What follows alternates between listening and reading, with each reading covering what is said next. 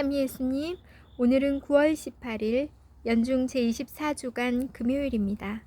독수와 복음 말씀 봉독하도록 하겠습니다. 성부와 성자와 성령의 이름으로 아멘. 제1독서입니다. 사도 바오로의 코린토일서 말씀입니다. 형제 여러분, 그리스도께서 죽은 이들 가운데에서 되살아나셨다고 우리가 이렇게 선포하는데, 여러분 가운데 어떤 사람들은 어째서 죽은 이들의 부활이 없다고 말합니까?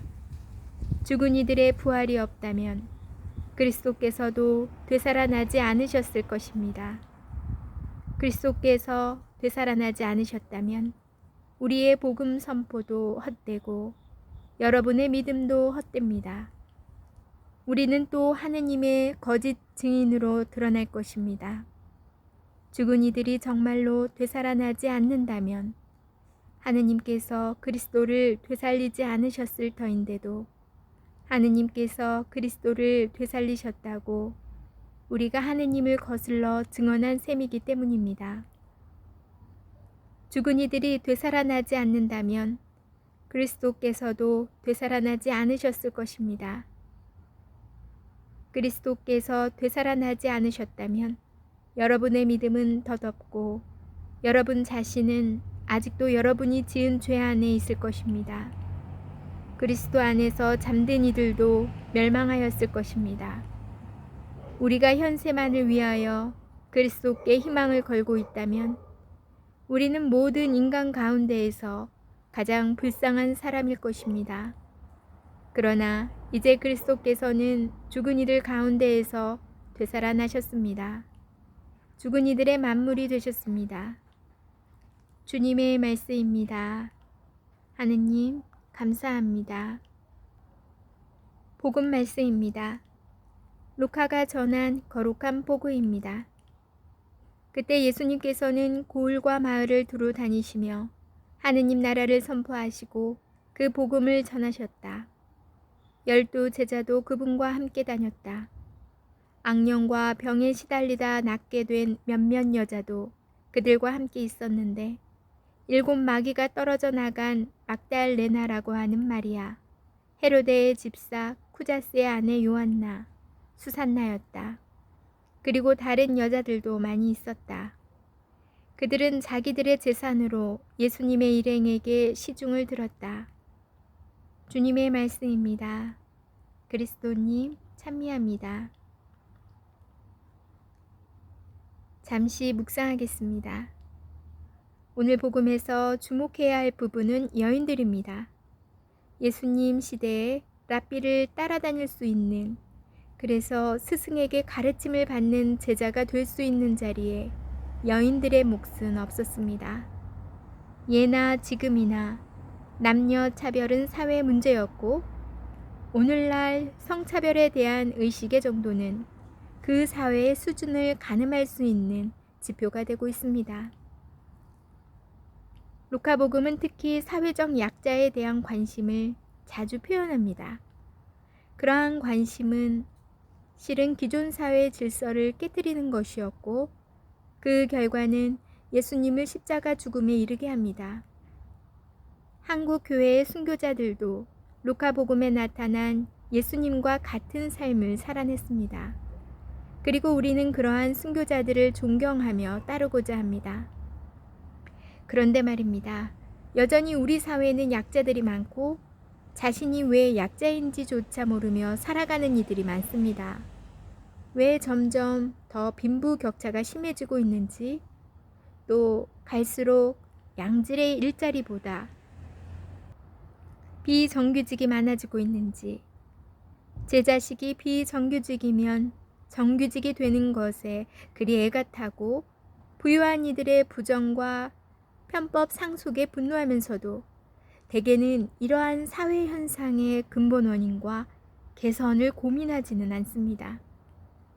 프란치스코 교황께서는 버리는 문화로 표현되는 사회 경제 논리만으로는 세상을 치유할 수 없기에 성경의 가르침대로 모든 사람은 회개와 참회를 통하여 더 정의롭고 연대하는 세상의 증인이자 예언자가 되어야 하며 복음은 이상형이 아니라 실현 가능한 희망이라고 말씀하십니다.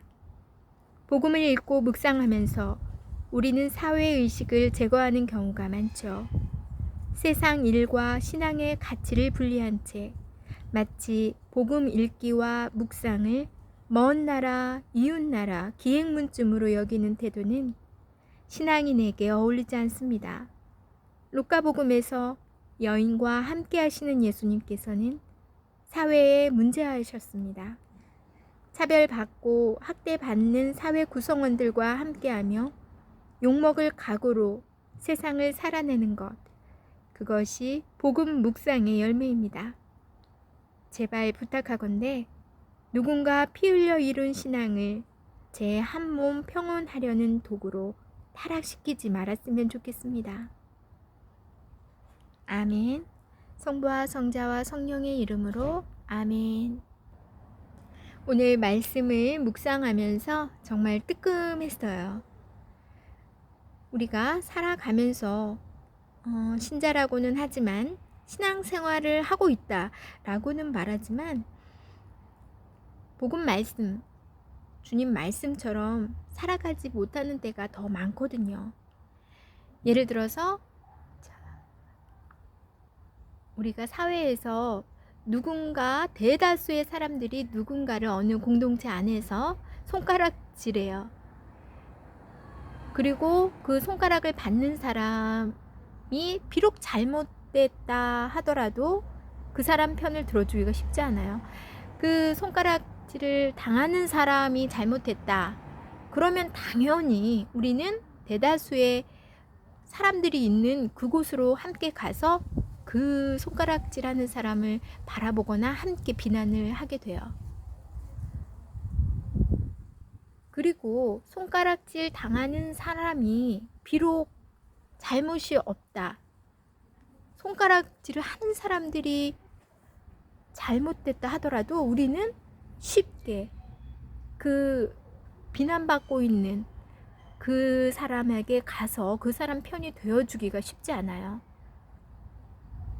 차라리 눈 질끈 감고 모르쇠 방관자 역할을 하거나 또 오히려 손가락질 하는 사람들의 은근히 발을 들여놓고 거기에서 그를 바라보고 있죠. 여기에서 나는 정말 자유롭습니다. 나는 정의롭게 모든 걸 합니다. 라고 하는 분은 정말 존경스럽고요. 살아오면서 강자에게 붙을 때가 참 더 많았던 것 같아요. 옳고 그름을 떠나서 나는 따당하는 그쪽에 가고 싶지 않다. 이런 마음이 컸던 것 같아요. 그래서 오늘 신부님 묵상에서 차별받고 학대받는 사회 구성원들과 함께하며 욕먹을 각오로 세상을 살아내는 것, 그것이 복음 묵상의 열매입니다. 라고 말씀을 하세요. 제가 맨날 이렇게 말씀을 묵상하고 또 주님 말씀을 봉독하고 나누는 시간을 가짐에도 불구하고 내 내면이 내 겉과 속이 아직도 참 많이 다르구나 라는 반성을 좀 많이 했습니다. 좀 더 예수님도 그렇게 사셨잖아요. 다들 손가락질 하는데 가난한 사람 편에, 죄인 편에 섰어요. 우리가 그분을 따르는 자녀들이고 제자라면 그분의 행동을 더 닮아가야겠다.